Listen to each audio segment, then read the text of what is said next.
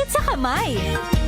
Isang labalang yan. Hello, pahinga. Hello, pride for blue. ACS. Tanggaling-galing mo. Smart dishwashing paste ko. Pritong ulam na masebo, plato o kaldero. Tanggaling for everyday. Ganyan pag smart ang dishwashing paste. May double tanggaling formula. Tanggal ang sebo, tanggal ang bakterya. Bahid para walang bahid, linis fantastic sa metal at plastic. Number 1 ko to. Tanggaling-galing mo. Smart dishwashing paste. ACS. May nagbago. May arte. May budget. Akala nyo lang yon. So solid. White rose papaya, wow, white rose. White rose papaya, wow, white rose. White rose papaya. May glow up with white rose papaya. White Rose Papaya. May puti power times 2 kasi may papaya at niacinamide. May shea butter and tea tree oil pa. Kutis sulit ang glow May up. glow up with white rose papaya. White Rose Papaya. Kutis sulit ang glow up. ACS. Yung news program. Kasama sina Kyle Bulyas at Joel Reyes. DZRH Boom Balita Balita. Nagbabagang mga balita at sumasabog na mga expose. Naglalagablab na ulat ng mga mobile unit reporter. DZRH Boom Balita. Mainit, malaman, sagisag ng katotohanan. DZRH Boom Balita. Boom Balita.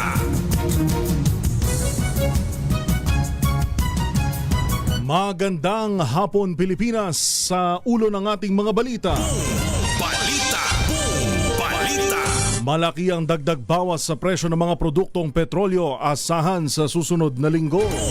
Balita. Boom Balita. Department of Education handa na sa balik eskwela pero nagbabahay-bahay dahil sa mababang bilang ng enrollees. Balita. Boom Balita. House Prosecution Team kumpiyansang hindi magkakaroon ng dalawang impeachment hearing laban kay Vice President Sara Duterte. Balita. Boom Balita. Ombudsman Boying Remulla kinwestiyon ng pagpapatuloy ng Blue Ribbon hearing sa flood control scandal. Balita. Boom Balita. Visayas Grid muling isinailalim sa yellow alert ngayong hapon. Balita. Boom Balita. At Bulkang Taal sa Batangas nakapagtala ng minor phreatomagmatic eruption. Balita. Boom Balita. Yan ang ating headlines ngayong 6/6/26, June 6, 2026. Sa pangalan ng buong pwersa ng DZRH News, makakasama niyo ako hanggang alas 6 ng gabi. Ngayong araw ng Sabado, ako po si Joel Reyes para sa DZRH Boom Balita. Balita. Boom Balita. DZRH Weather Bulletin. Ano-ano mga lugar na nakararanas ng pag-ulan ngayong hapon? Yan kaya ang dahilan kung bakit nagdudulot ng traffic mula kanina. Alamin natin mula kay Doc John Manalo ng DOST Pag-asa. Doc John, magandang hapon naman po ngayon. Magandang hapon din po, Sir Yuel, at ganoon din sa ating mga taga-subaybay dito sa DZRH. Itong si Bagyong Esther ay tuluyan na mas lumayo pa sa ating bansa. Wala na po itong epekto sa anumang parte ng Batanes na nag-signal number 1 nung previous issuance natin. Maulap pa rin po sa kasalukuyan dito sa Metro Manila. Ganoon na din dito sa Ilocos Region, Cordillera Administrative Region, western portion ng Central Luzon, at ganoon din dito sa Cavite, Batangas, at pero nawala na po yung sa Occidental Mindoro. Ibig sabihin, magiging maulap pa rin ng ating kalangitan at nandun pa rin yung tsansa ng mga pagulan. Ang good news po dito ay mas mababawasan pa sa mga susunod na araw yung epekto o yung impluensya ng southwest monsoon o habagat.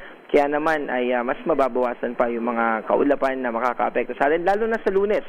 Dahil magsisimula na yung ating pasukan, kaya mas mababang tsansa na yung mga pag-ulan at maganda naman na papasok yung ating pasukan na less rains. At yan po yung ating update mula dito sa DOST Pag-asa.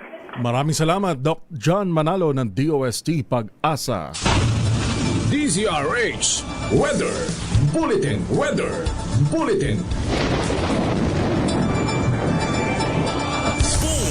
Balita. Boom balita.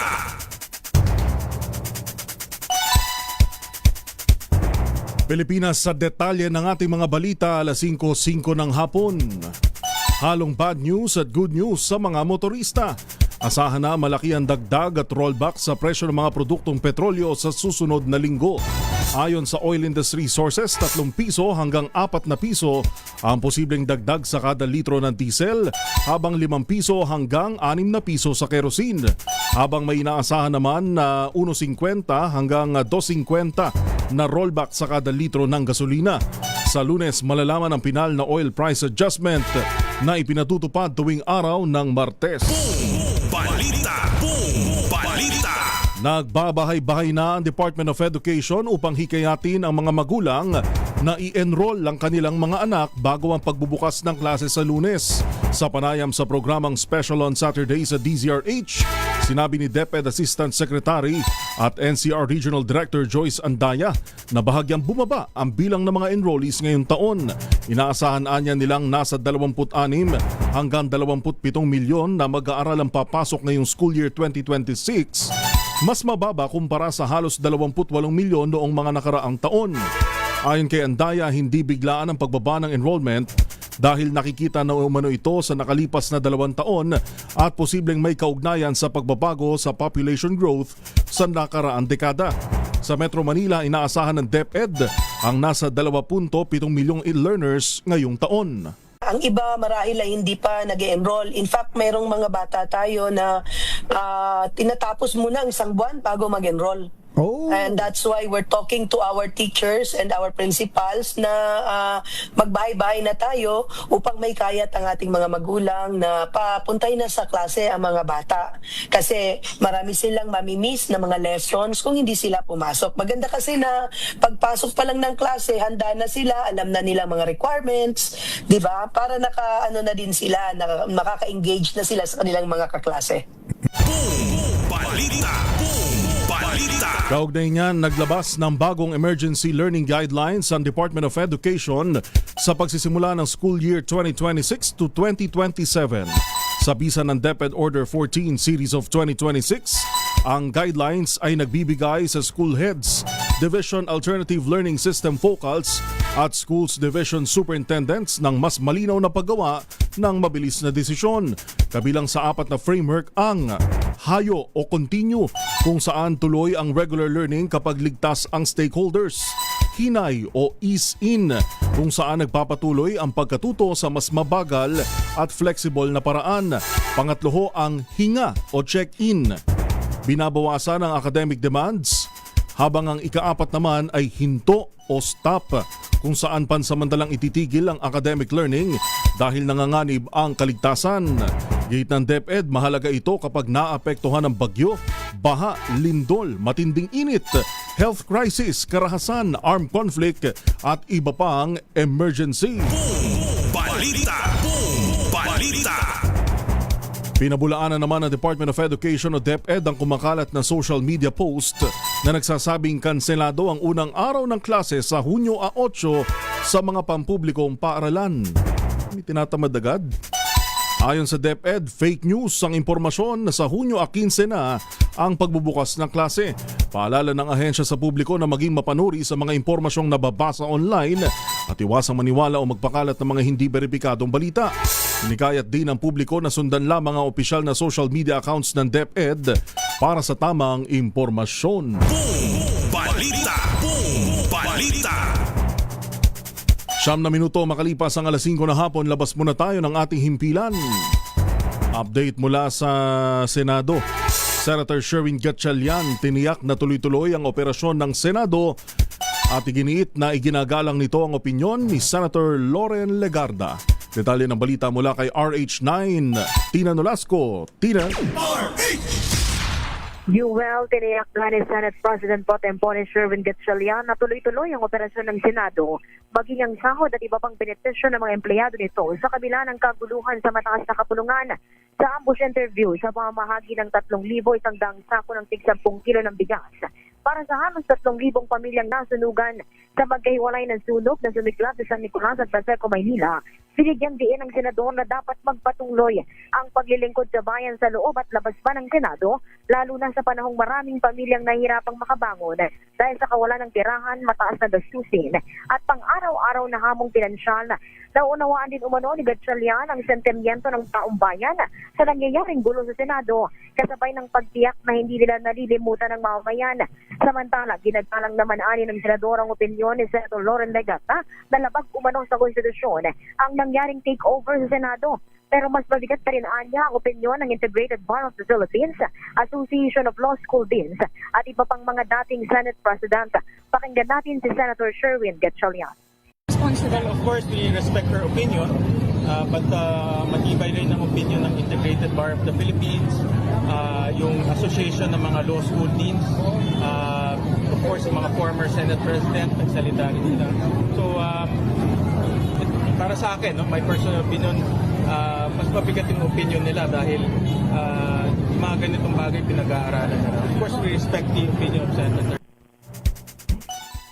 Ito si RH19 na Nolasco para sa DZRH, una sa Pilipinas, una sa Pilipino. Maraming salamat RH9 Tina Nolasco. Boom Balita! Boom Balita! Sa iba pang o kaugnay na balita, kumpiyansa naman ang House Prosecution Panel na hindi magkakaroon ng hiwalay na pagdinig sa impeachment trial ni Vice President Sara Duterte. Ayon kay Bicol Saro Representative Terry Ridon, ang haharapin lang nila na presiding officer ng impeachment court ay si Senate President Pro Tempore Sherwin Gatchalian.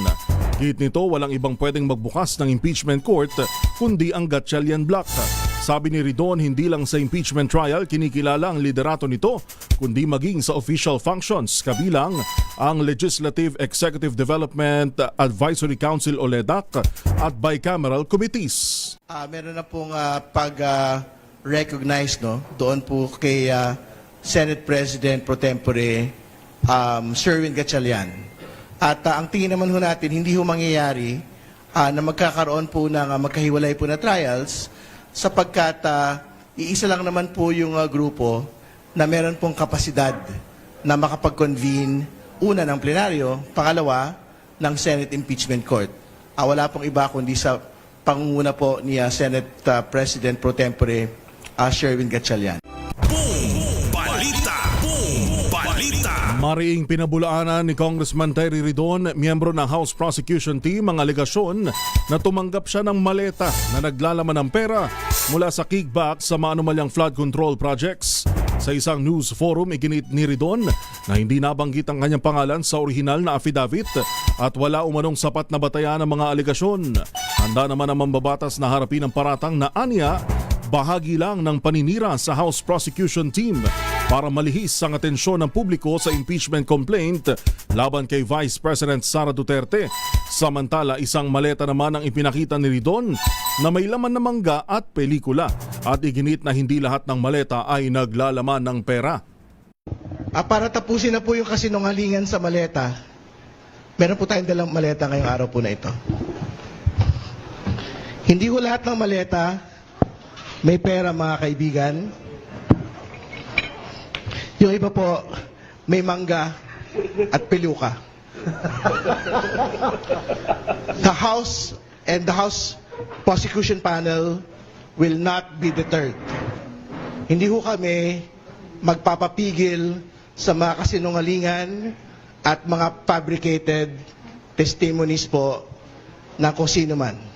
Tuloy po ang impeachment trial, ilalatag po ng Kamara, ilalatag po ng House Prosecution Panel, yung pong lahat ng mga ebidensya laban kay Vice President Sara Duterte, yung AMLAC reports, yung pong NBI reports, yung pong video documentation ng pagbabanta laban sa Pangulo.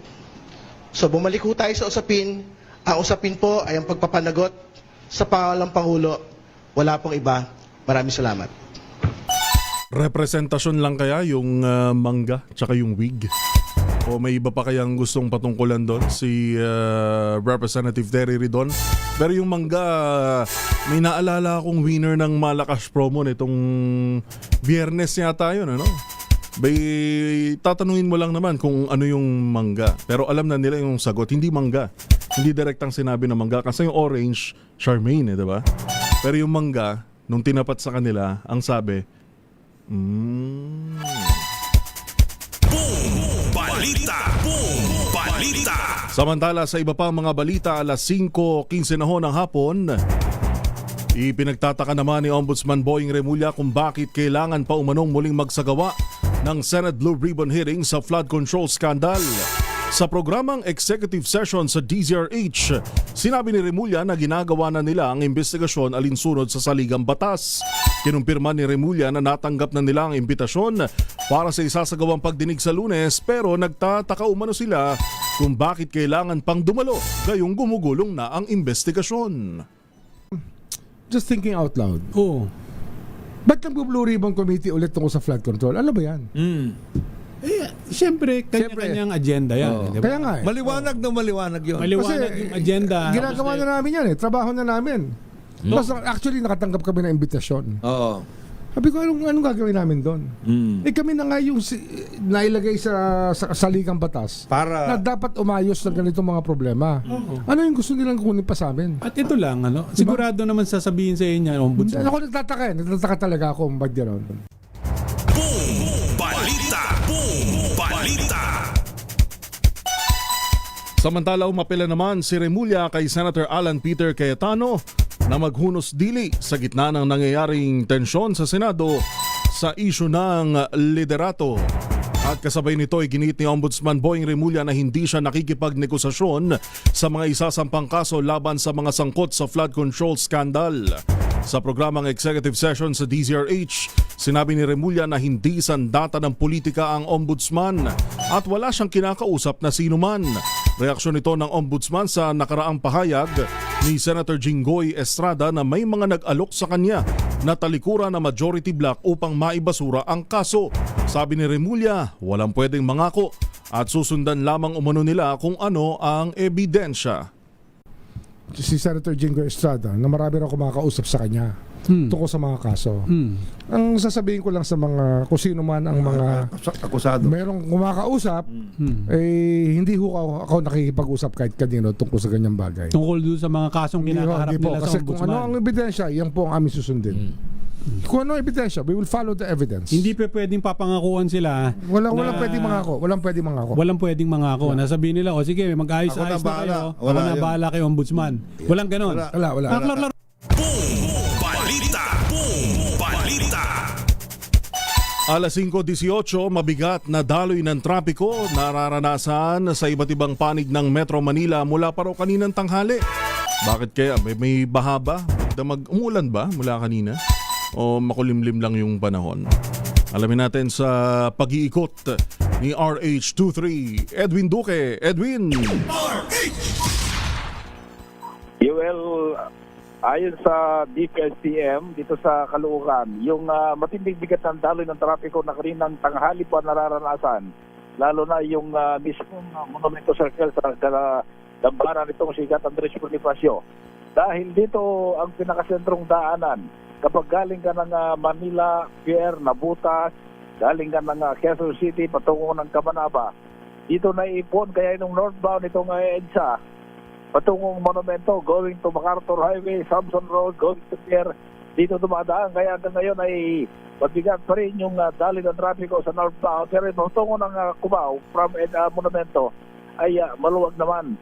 Habang nakakaranas din ng bigat ng daloy ng trapiko, itong galing ng Bulacan na via Valenzuela, dito sa MacArthur Highway hanggang sa mga oras ito.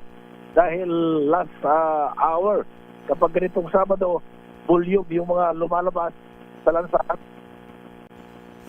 Galing ng Samson Road, na galing ka naman ng Nabutas. Bagyaring nakaranas ang bigat ng daloy ng trapiko, itong bahagi ng itong kaban ng Rizal Avenue patungo ng Monumento, yan ay nakakaabot hanggang sa pagitan ng 11th at 10th Avenue. Habang itong kaban ng MacArthur Highway ay itong bago from Bigawayan from Valenzuela to Marilao ay tukod yung bigat ng daloy ng trapiko patungo naman sa iba't ibang bahagi ng area ng Bulacan. Samantala itong bahagi naman ng Mindanao Avenue, kapag galing ka ng Pier sa Road 10 patungo ng patungo ng EDSA o dito patungo ng NLEX via NLEX segment 10 ay tutusin dahil nga sa isa pong construction bago pagpunta ng Quezon City at ng Mindanao Avenue bago bababa ng North Luzon Expressway. Wala namang nararanasang pagulan, wala na rin yung ambon, maliban kanina nga bago magtanghali. Kanina ay nakaranas na rin ng mainit ng panahon. Pihit, Edwin, pihit. Yes. Go ahead. O yan, ating nasang makakaras pa rin ng bigat ng dalit namin ko hanggang bago mag-alas 7 ng gabi. Dahil ngayon araw ng Sabado, volume yung mga sasakyang lumalabas sa iba't ibang lansangan, lalo pat wala na yung ulan. Nakaramihan ngayon ay marami ka nila nakikita nakamotor, naglalakad para sa kanilang mga destination. RX23 at Lindo Kinagulan sa DZRH, una sa Pilipinas, una sa Pilipino. Balita. Boom! Balita. Thank you, 2-3. Edwin Duque. Samantala, patuloy pa rin sa pagnipis ang supply ng kuryente sa Visayas. Ayon sa Department of Energy, 2 oras isa sa ilalim sa yellow alert ang Visayas grid mula alas 5 ng hapon hanggang alas 7 ng gabi mamaya o ngayong hapon na po yan. Umabot na sa 2,493 megawatts ang peak demand nito, habang 2,640 megawatts naman ang available na kapasidad. Simula lamang Mayo, nasa 20 beses na isinailalim sa yellow alert ang Visayas grid. Pero ginarantiya ng Department of Energy na ginagawa na nila ito o ginagawa na ng paraan kabilang ang paghahanap ng mga pasilidad na makapagbibigay ng ancillary services gaya ng modular gensets at battery energy storage room. Balita. Boom! Balita. Nakapagtala naman ang minor phreatomagmatic eruption sa Bulkang Taal sa Batangas ngayong Sabado ng hapon. Ayon sa FIVOX, naganap ang pagsabog bandang alas 2:55 hanggang alas 2:56. Nagbuga ang bulkan ng plume na may halong usok na umabot sa 100 metro ang taas mula sa main crater. Naobserbahan ang naturang volcanic activity sa kuha ng main crater at Daang Castilla stations. Nananatili naman sa alert level 1 ang Taal Volcano.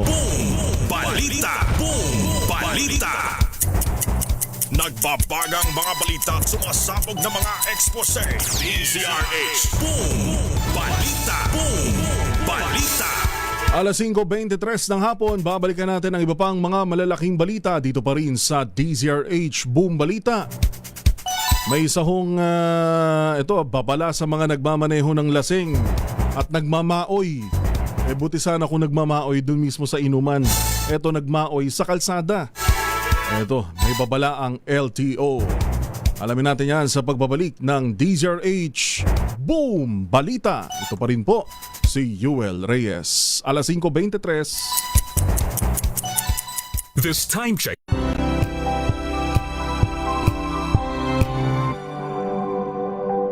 Sa lahat ng bagay, simula pa lang, siguraduhing max protection na. Kasi pag kulang ang proteksyon, baka madaling masira. Sa ngipin, dapat may max protection din. Max Alaga ng Unique Toothpaste. With Max Protect Formula, help stop cavities before they start, while keeping breath fresh. Try Unique Maximum Fluoride Protection.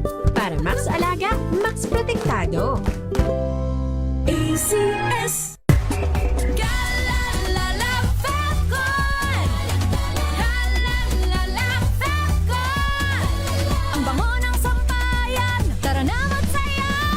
Fabton, amoy nakaka-joyful. MX3, dito ko bilib.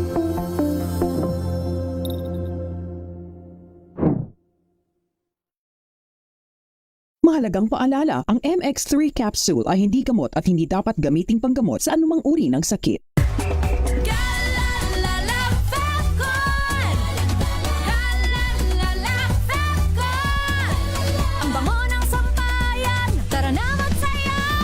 Fabton, amoy nakaka-joyful.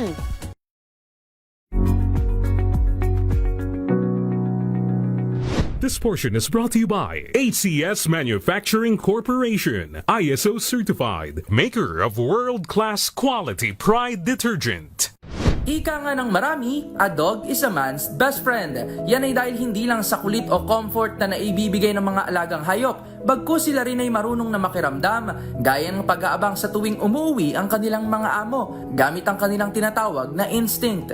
Ayon kasi sa mga eksperto, bukod sa 5 pandaman na mayroon ng aso, tulad ng paningin, pang-amoy, pandama, pandinig at panlasa, tulad din ng sa mga tao, ay maaaring mayroon din silang tinatawag na sixth sense. Ayon kay Dr. Malcolm Weir ng VCA Animal Hospital, bagamat walang malinaw na paliwanag sa pagkakaroon ng ika-6 na pandama ang mga aso, may mga anecdote naman ang nagsasabi na ito ay nagmumula sa kanilang instinct o increased sensitivity, kung kaya basta-basta na lamang silang lumalapit kapag nakakaramdam ng lungkot o kasiyahan ng kanilang fur parents. Dagdag pa ni Dr. Malcolm, may mga senses din na mayroon ng mga aso na mas malakas kaysa sa mga tao, gaya na lamang sa pang-amoy. Base kasi sa pag-aaral, mas malakas raw umano ng 10,000 beses kumpara sa smell range ng isang tao. Gayun din sa pandinig na mataas na sound frequencies ang kayang marinig ng aso, kung kaya't minsan nararamdaman din ng mga ito na may paparating na malakas na ulan o sama ng panahon. Kaya naman muling paalala ng mga eksperto, mas mahalin natin ang ating mga alagang aso dahil your dog knows you. Para sa MBC TV Network News, ito si Rovic Manuel ng DZRH TV, una sa Pilipinas, una sa Pilipino. This portion is brought to you by ACS Manufacturing Corporation, ISO certified, maker of world-class quality Pride detergent.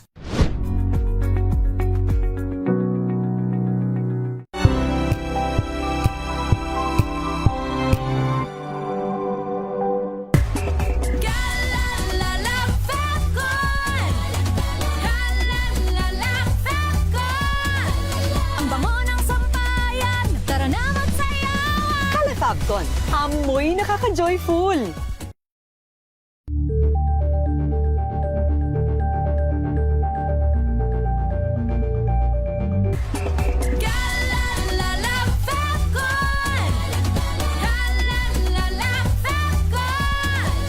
bango ng sampayan, tara na magsayawan! Kala Fabcon, amoy nakaka-joyful!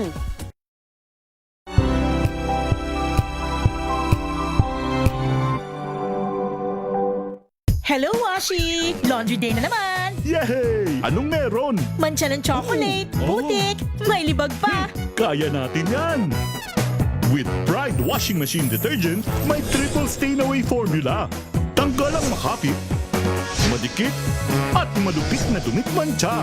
Kaya easy-easy ang labada. Mula noon hanggang ngayon! All you need is pride! All you need is pride!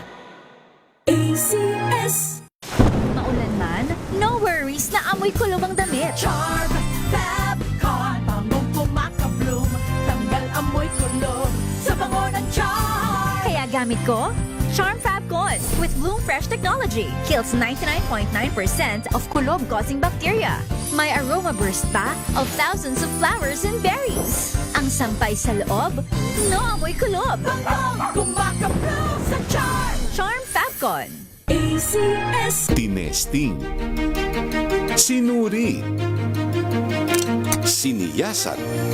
Ang resulta, super effective ang Shield sa pagpatay ng bakterya at virus. Shield Antibacterial Soap. Believe ang mga eksperto sa Philippine Nurses Association.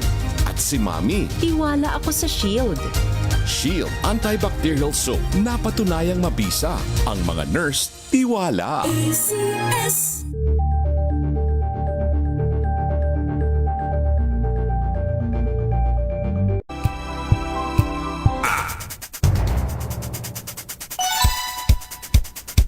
Balik-balita ho tayo, alas 5:29 ng hapon.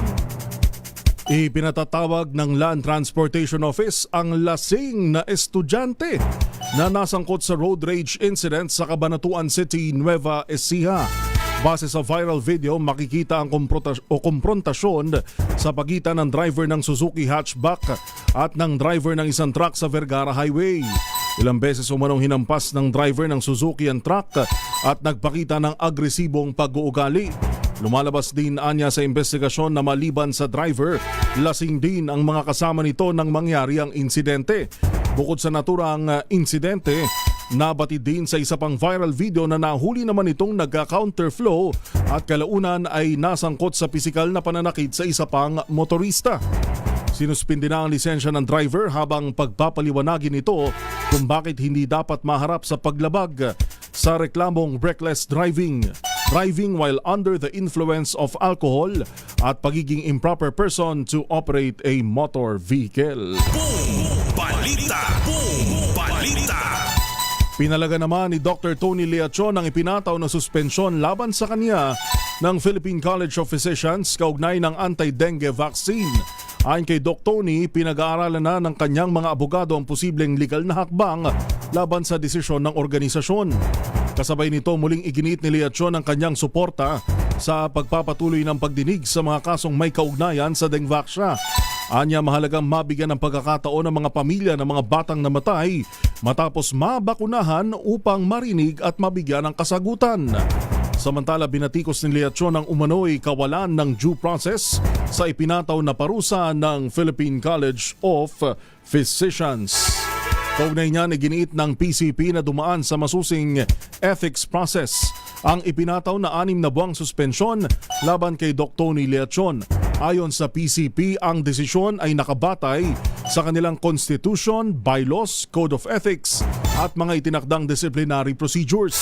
Samantala, kinikilala umano ng PCP ang karapatan ni Leachon na gamitin ang mga remedy na nakapaloob sa kanilang mga patakaran at sa umiiral na batas. Nauna nang sinuspinde ng PCP si Doc Tony dahil umano sa paglabag sa Code of Ethics, kaugnay ng umano'y mapanirang pahayag at mga akusasyon laban sa ilang kapwa-doktor na walang sapat na ebidensya. Boom! Balita! Boom! Balita! Tumaas naman ng 11.4% ang loans sa universal at commercial banks sa buwan ng Abril.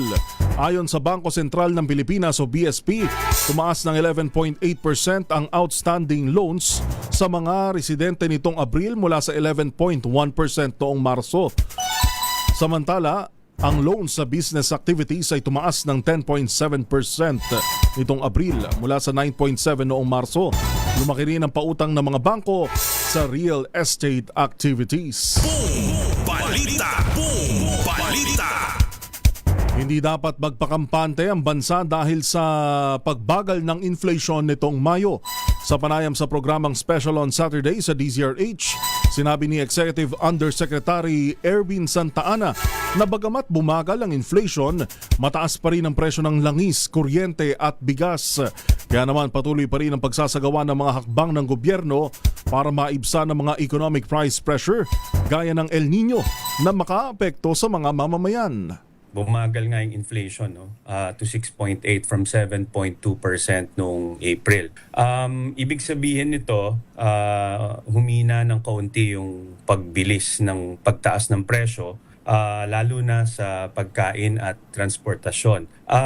Ito, welcome development po ito sa amin, but we remain cautious kasi yung mga price pressures po nandyan pa rin. So, to answer your question, I think it's not a cause for celebration, no? Bagamat bumaba yung inflation rate natin, tuloy-tuloy lang po yung mga hakbang ng pamahalaan under the uplift. Boom! Balita! Boom! Balita! Sa iba pa mga balita, tiniyak ni Department of Environment and Natural Resources o DNR, Assistant Secretary Narlito Eneran, na posibleng maalis ang suspensyon sa New Carmen Sanitary Landfill sa Davao City at muling makapag-operate next week. Kinakailangan lamang anya na masunod ang mga safety requirements mula sa ahensya para maprotektahan na rin ang mga manggagawa at kalapit na komunidad. Sa panayam sa programang Special on Saturday sa DZRH, sinabi ni Eneran na nakapaghain na ng motion for reconsideration ang Davao City LGU kasabay ng pahayag ng kanilang kahandaan na sumunod sa lahat ng itinakdang requirements. Effective next week, kung makukomply lang po ng LGU Davao yung ating mga requirements, ay pwede na natin ma-lift ang suspension. Malinaw naman po dun sa ating naging suspension order na dapat mag-comply ng mga requirements, specifically dun sa pagsiguro natin na safe at ligtas yung ating landfill. Kasi meron po tayong mga residente na malapit doon, sinisigurado natin na malayo na sila ngayon at hindi na mag-cause ito ng distraction sa buhay and sa property ng community. Matatandaang binatikos ni Davao City Mayor Baste Duterte ang pagpapasara sa naturang landfill dahil sa posibleng iudulot nitong problema sa koleksyon ng basura sa lungsod. Kaya naman itinakda niya na ang mismong harap ng tanggapan ng DENR Region 11 ang pansamantalang tapunan ng basura. Boom! Balita! Boom! Balita!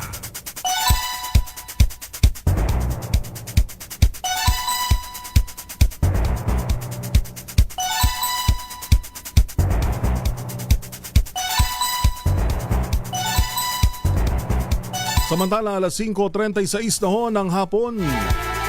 Ito, ulitin natin yung para sa mga naghahanap ng trabaho.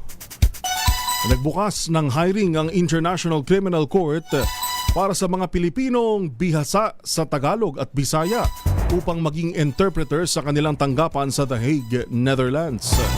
Ayon sa anunsyo ng ICC, naghahanap sila ng para-professional interpreter na may mataas na antas ng kasanayan sa Tagalog at Bisaya. Gayon din sa wikang Ingles, sa sahod ng 332,000 kada buwan ang aplikanteng matatanggap o halos 1 milyong piso yan para sa 3 buwan ng kontrata. Kabilang sa mga tungkulin ng interpreter ang pagsasali ng testimonya ng mga saksi, legal at forensic na talakayan, pagre-review ng mga dokumento ng korte at pagtulong sa pagbuo ng mga terminology na ginagamit sa mga paglilitis. Ito'y bahagi ng paghahanda para sa paglilitis sa kasong Crimes Against Humanity laban kay dating Pangulong Rodrigo Duterte. Boom! Balita! Boom! Balita! Nagbabagang mga balita at sumasabog na mga ekspose. DZRH. Boom! Balita! Boom! Balita! Sa oras na alas 5:37, balikan na natin ang mga balita ngayong linggo. Mga malalaking balita ho ngayong linggo. Ating babalikan, ating hihimayin sa DZRH Boom! Balita! Rewind.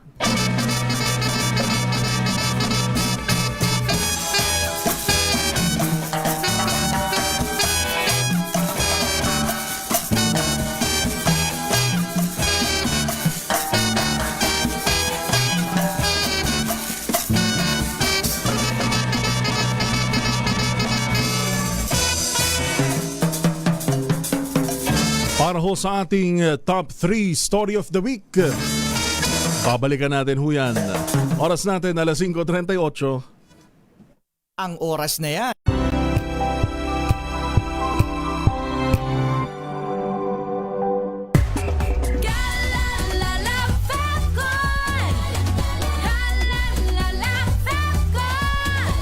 Ang bango ng sampayan, tara na magsayawan. Calefabcon, amoy nakaka-joyful.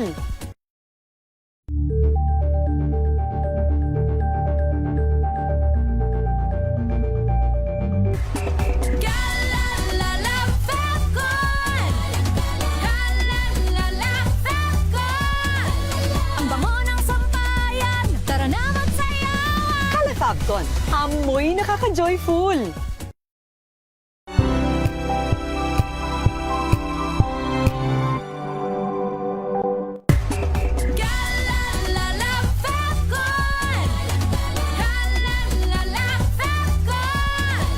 Ang bango ng sampayan, tara na magsayawan. Calefabcon, amoy nakaka-joyful.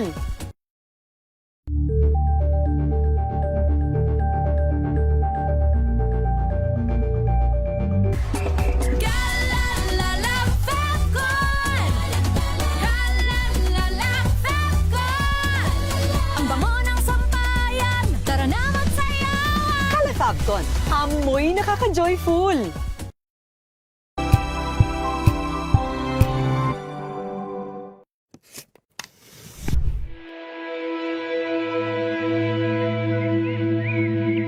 Mulat sapol, no? Parang yun ang naging joke na parang gusto mo maputol ang puno, punta ka sa DNR. Pero kasi ano na yan eh, parang nangyari na eh. So hinahabol mo na lang sinusubukan mo na lang gawing okay yung pinahintulutan mo. Babalik at babalik pa rin siya na dapat ma-hold into accountable yung mga pumayag. Actually, yung namimiss kasi ng DNR dun sa debate dito is hindi siya usapin kung i-earthball natin yung mga puno. Ang usapin siya is ba't nila pinayagan yung project in the first place. This is a room para sa kanila, parang pagnilayan nila or mag-self-assessment sila bilang isang ahensya na talaga bang na-fulfill natin yung mandato natin.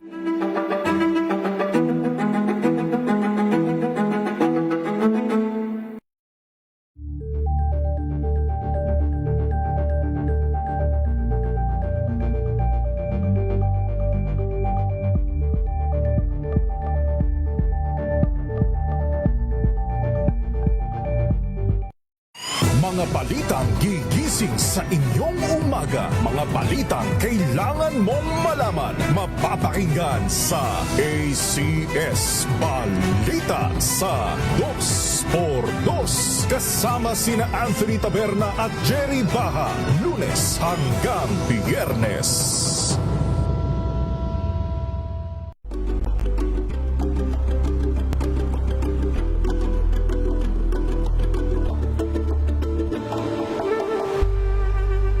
Alamin ang mga maiinit na isyung pambayan, mga balitang kailangan mong malaman, usapin sa pamahalaan, politika, ekonomiya at kabuhayan. Ito ang mga dapat mong malaman, pakialaman at pag-uusapan dahil kayo ang tinig ng mamamayan dito sa Damdaming Bayan. Live sa DZRH Radio, DZRH TV at DZRH Digital. Kasama sina Lakay, Deo Macalma at Elaine Apit. Araw-araw, Lunes hanggang Biyernes. Damdaming Bayan.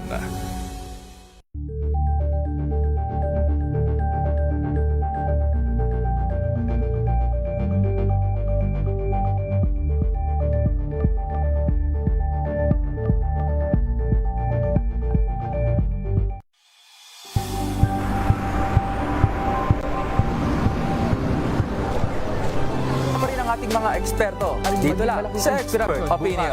Ito ang The Better News. TNVS, trending and Isang kwento, iba't ibang anggulo. Dito sa Point. Bawat pananagutan ating tatalakayin dito sa Hoy. Bawal yan. Filipino, dito lang sa DZRH. Matchable entertainment and lifestyle. Ito ang MBC TV Network News. Una sa Pilipinas, una sa Pilipino.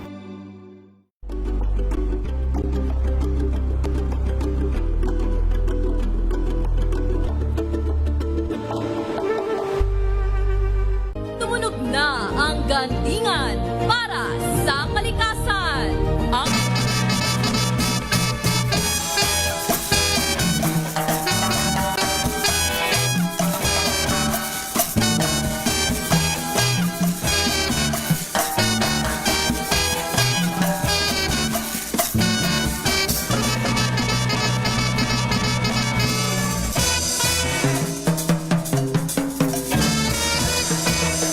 Para sa ating top 3 story of the week, ay magandang hapon kay Nanay Teresita Atienza, lagi nakatutok sa atin everyday.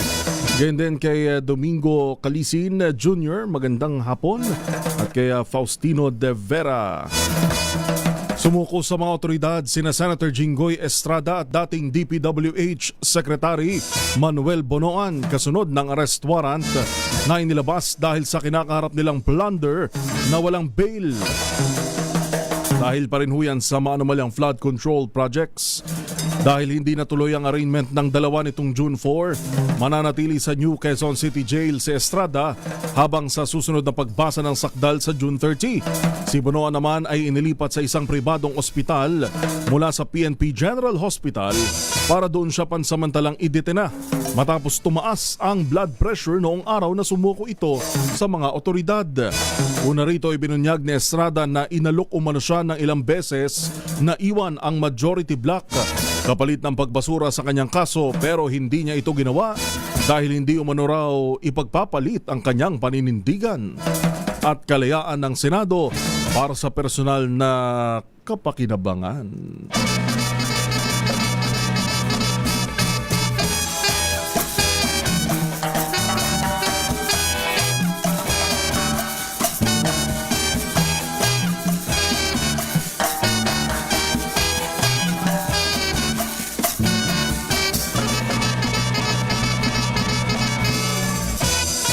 Sa ating top 2 story of the week, sa kabila ng panawagang boycott sa sesyon ng Cayetano Block, biglang lumitaw si Senator Chis Escudero sa session hall ng Senado.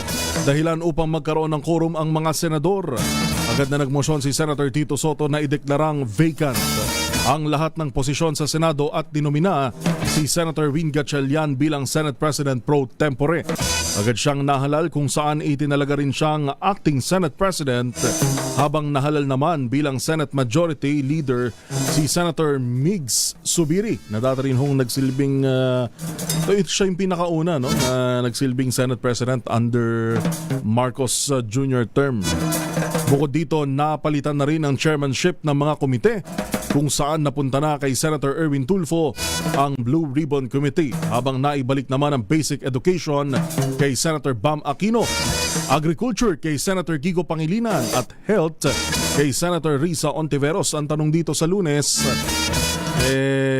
magpapatuloy ho yung Blue Ribbon hearing. Sino kaya ang sisipot kaya itong mga inimbita ulit na 18 ex-Marines? Teka nga pala, sabi nga pala ng AFP, wag na silang tawagin Marines. Sinisira lang nila ang kredibilidad ng AFP.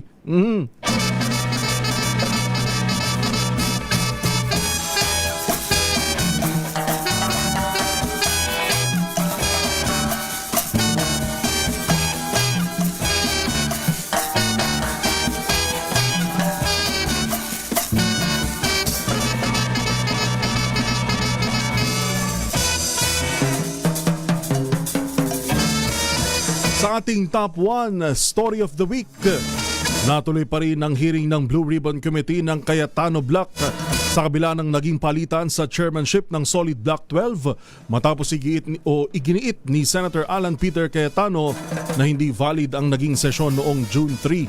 Sa naturang pagdinig, muling inulit ng mga testigo ang kanilang mga alegasyon na may mga maletang naglalaman ng milyong-milyong pisong cash na kanilang inihatid sa ilang opisyal bilang bahagi ng kickback mula sa flood control projects. Kabilang sa mga pinangalanan sa kanilang testimonya, si Pangulong Bongbong Marcos, First Lady Liza Marcos, Congressman Sandro Marcos, dating Senate President Tito Soto at Senator Erwin Tulfo. Pumalag naman dito si Soto at tinawag itong desperadong hakbang para lang idawit ang kung sino-sino sa flood control anomaly. Ayon kay Soto, kasinungalingan ang sinasabing dineliver sa kanyang opisina ang male-maletang pera sa Baclaran dahil sa taong 2022 hanggang 2025 ay hindi siya senador. Bukod pa ho dyan, tinawag ni Senator Loren Legarda na bayani itong 18.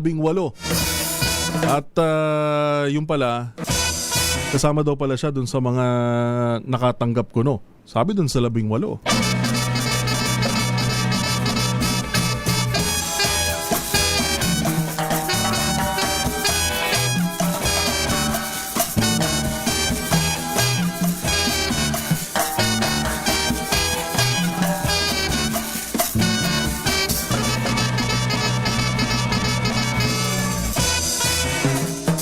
At yan ang malalaking balita ngayong linggo na ating binalikan at hinimay dito ho sa DZRH Boom Balita Rewind.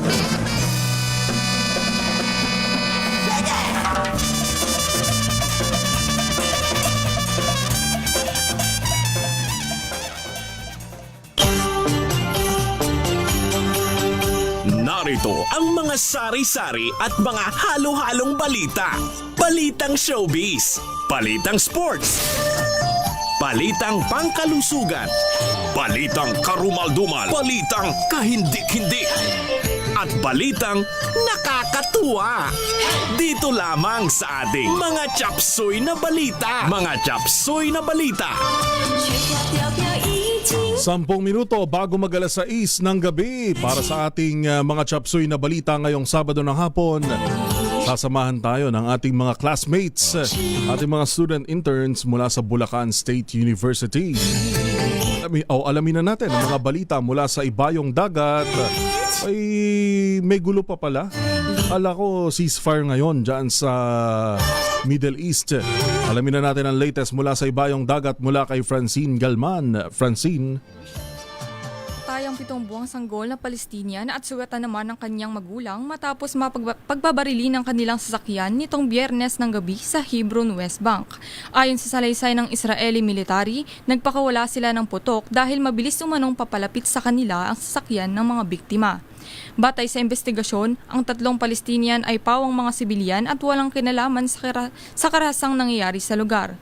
Nagpahayag na ng pakiramay ang mga otoridad sa pamilya ng biktima habang patuloy ang pag-iimbestiga sa kaso.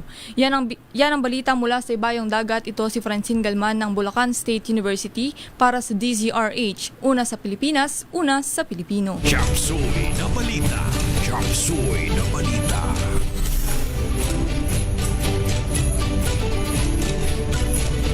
Maraming salamat, Francine. Samantala, dako naman tayo sa ating balita naman na pangkalusugan. Tama-tama dahil tag-ulan na ngayon ayon sa Pag-asa. Alamin nga natin ang ano bang matututunan natin bago ngayong hapon. Mula kay Elaine Anwada. Elaine, go ahead. Trending ngayon sa social media ang orange na si Charmaine. Pero sa likod ng pagiging viral nito, ano nga ba ang kalagayan ng orange sa ating kalusugan? Orange, alamin no? natin. Yes, orange. Hindi, yan yung tinatawag na Charmaine. Yes, Charmaine. Go Viral ahead. siya ngayon. Ang orange ay isang mahalagang citrus fruit na mayaman sa vitamin C.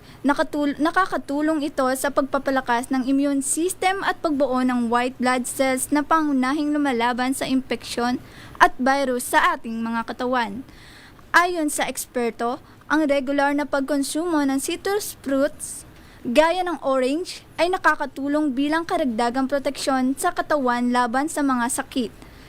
Lalo na ngayong papalapit ang tag-ulan at inaasahang pagtaas ng kaso ng flu-like illness at iba pang seasonal infections. At yan ang balitang pangkalusugan. Ito si Elaine Siciliano Anwada ng Bulacan State University. Una sa Pilipinas, una sa Pilipino. Chapsuy na balita. Chapsuy na balita. Maraming salamat, Elaine Anwada. Kaya pala nagva-viral ngayon yung hindi nyo ho alam bakit tinatawag na Charmaine yung orange. Dahil yun dun sa napanood nyong video ngayon. Samantala, para naman sa balitang sports, alamin natin ng iba pang detalye, karagdagan detalye sa naganap na NBA Game 2 kanina. Game 2 Finals mula kay Jonel Dones. Jonel, go ahead. Napigilan ng New York Knicks ang fourth quarter comeback ng San Antonio Spurs sa Game 2 ng NBA Finals. Umabot na sa 13 sunod na panalo sa playoff ang Knicks matapos makuha ang 2-0 series lead kontra Spurs. Malaki rin ang naging epekto ng maagang foul trouble ng pambato ng Knicks na si Karl Anthony Towns na nagbigay ng pagkakataon sa Spurs na makahabol. Kampante ang koponan ng New York Knicks na sila ang mananalo ng makapagtala ng double-digit na lamang kontra sa San Antonio Spurs. Sa huling 60 segundo lalong uminit ang tagpo na makapag 3-point play ang star player na si Victor Wembanyama.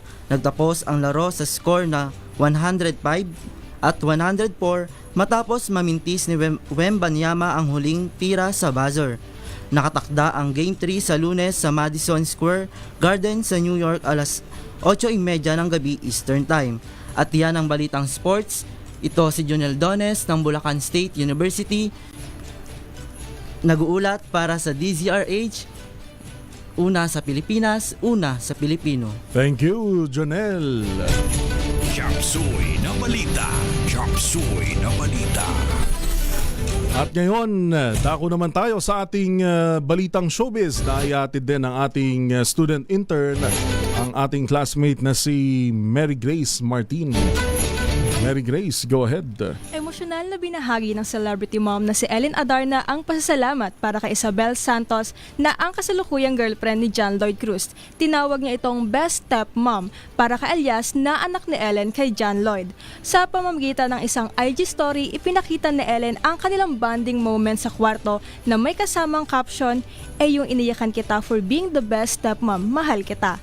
Agad namang nirepost ni Isabel kung saan nagreply siya ng love you at nagpasalamat din kay Ellen sa pagiging mabuting kaibigan at araw-araw na textmate. Naganap ang nakakatuwang palitan na ito matapos ang kanilang masayang blended family getaway sa Boracay kasama sila John Lloyd, alias at si Lily na bunsong anak ni Ellen sa dating asawa na si Derek Ramsey.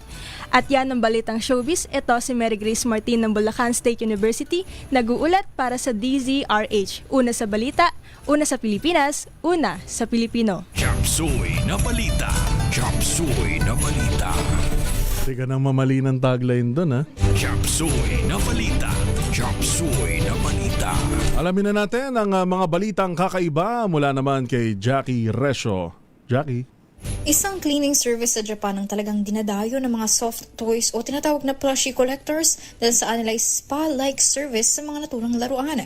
Nag-viral sa social media ang cleaning Yan Morosan sa Japan matapos makita ang metikulosong paglilinis nila sa mga stuffed toys. At dahil nga dito umaabot na sa mahigit 10,000 soft toys kada taon ang nililinis ng naturang cleaning service. Giit pa ng public relations manager ng Yan Morosan, may ilan pa silang customer na talagang pumunta pa sa Japan mula sa ibang bansa para lamang magpalinis ng kanilang laruan. Ayon naman kay Masakazu Shimura, isang cleaning professional na may 3 dekada ng experience sa paglalaba at paglilinis ng soft toys, itinuturing ng ilan na valuable item ang kanilang stuffed toys na maaari dahil sa alaalang nakakabit dito. Kaya naman hindi basta-bastang binabrush o kinukuskus ni Masakusa ang mga ito at pinagtutuunan ng pansin ang paglilinis nito gaya ng pagbibigay niya ng bubble bath as steaming para magmukhang bagong bili muli ang mga laruan. At yan ang aking kakaibang balita. Ito si Jackie Resho ng DZRH, una sa Pilipinas, una sa Pilipino. Chapsuy na balita. Chapsuy na balita. Nagbabagang mga balita at sumasabog na mga expose. DZRH. Boom! Balita! Boom! Balita! Balikan natin ang ating headlines. Malaki ang dagdag bawas sa presyo ng petrolyo asahan sa susunod na linggo. Department of Education handa na sa balik eskwela pero nagbabahay-bahay dahil sa mababang bilang ng enrollees. House Prosecution Team kumpiyansang hindi magkakaroon ng 2 impeachment hearing laban kay Vice President Sara Duterte. Ombudsman Boying Remulla kinuwestiyon ang pagpapatuloy ng Blue Ribbon hearing sa flood control scandal. Visayas Grid muling isa sa ilalim sa yellow alert.